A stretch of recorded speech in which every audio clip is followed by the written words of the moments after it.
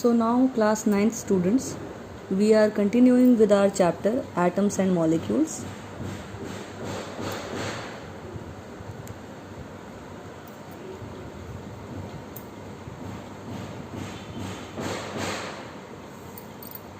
In the last videos and in the last classes, we had studied about the laws of chemical combination.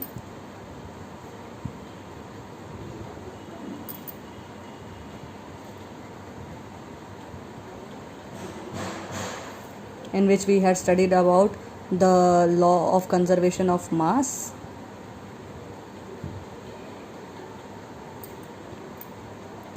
and the law of definite proportion.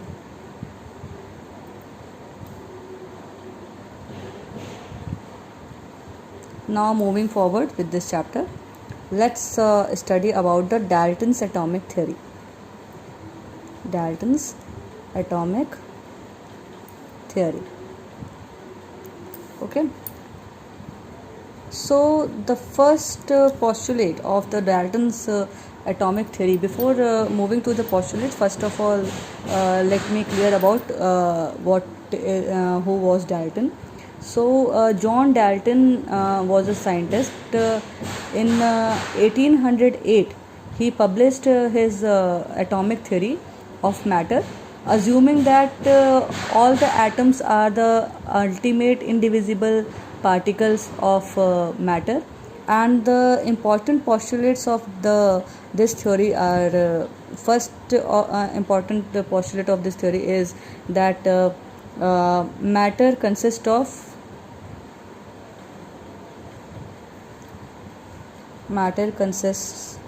of indivisible particles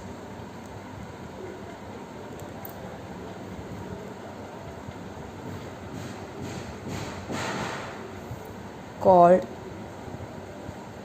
atoms. Okay, so the first point of his theory was that the matter consists of indivisible particle called atoms, means the atoms cannot be further divided. Okay, so this was the important point of his theory, that the atoms cannot be further divided. Okay, the second important postulate of this Dalton's atomic theory was that atoms of an identical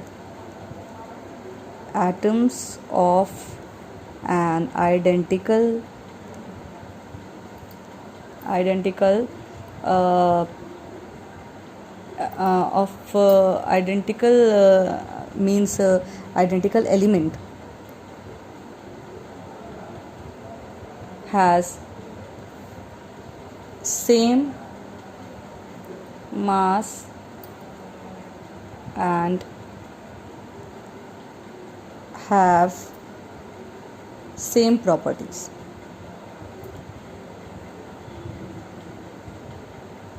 Okay, so he said that if the atoms means the atoms of all the element, if the element is the same, then in that case the atoms will of that element, all the atoms of that element will have the same mass and will have the same properties, means the atoms will of the same element, in the other words we can say this, that the atoms of the same element possess the same properties from all the ways. Okay, so the next point of this theory was the atoms of different elements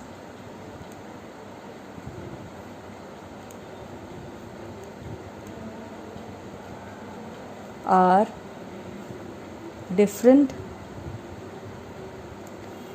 in all respects. Okay, so it means that it said this theory said that atoms of the same element are same in all the respects, and the atoms of the different elements are different in all respects, means they will have the properties, all the properties different from the other one. Okay, next point of his theory was that atom is the smallest unit of matter. Atom is the smallest unit of matter which takes part in a chemical reaction.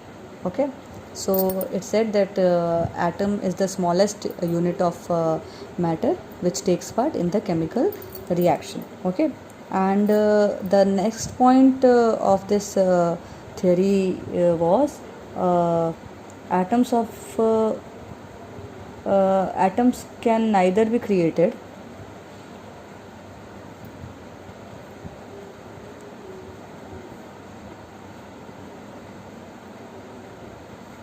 and nor be destroyed. Okay, so in the chemical reaction, that atoms can neither be created and nor be destroyed. Here, students, at this point I would like to remind you of our topic, the law of conservation of mass. In this law of conservation of mass, we had studied that the mass is always conserved in a reaction, means that the mass cannot be created and it can also not be destroyed. Okay, so the thing is, the reactions the reactants undergo reactions and form their products, and the products are formed in the same amount of that of the reactants. Okay, so this theory is also saying this the same thing, that whether the whatever is the type of the reaction, the atoms of that reaction are not destroyed. Okay, they remain like that. That is why whenever we write a chemical equation, then we write it in a balanced form. Okay, we try to balance all the atoms present in that reaction, means the number of atoms present on the left hand side should be equal to the number of atoms present on the right hand side. Okay, so that is why we follow this rule, this law of conservation of mass, and is due to this basic rule, that atoms cannot be created and also cannot be destroyed. So these are the important postulates of the Dalton's atomic theory, that the matter consists of indivisible particles, or means atoms, means the atom cannot be divided. Then in the further units, then atoms of the identical element has the same properties, and also atoms of the different elements have the different properties from in all the respects. And also atom is the smallest unit of matter which takes part in a chemical reaction, and atom can neither be created and nor be destroyed.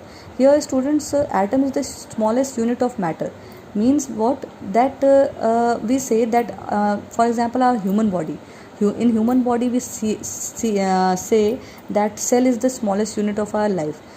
So means that all the parts of our body, all the organs of our body are constituted by joining the cells. So similarly, in case of matter also, all the matter are made up of atoms, means they are made up by joining the atoms. Okay, so this is the basic theory of the given by the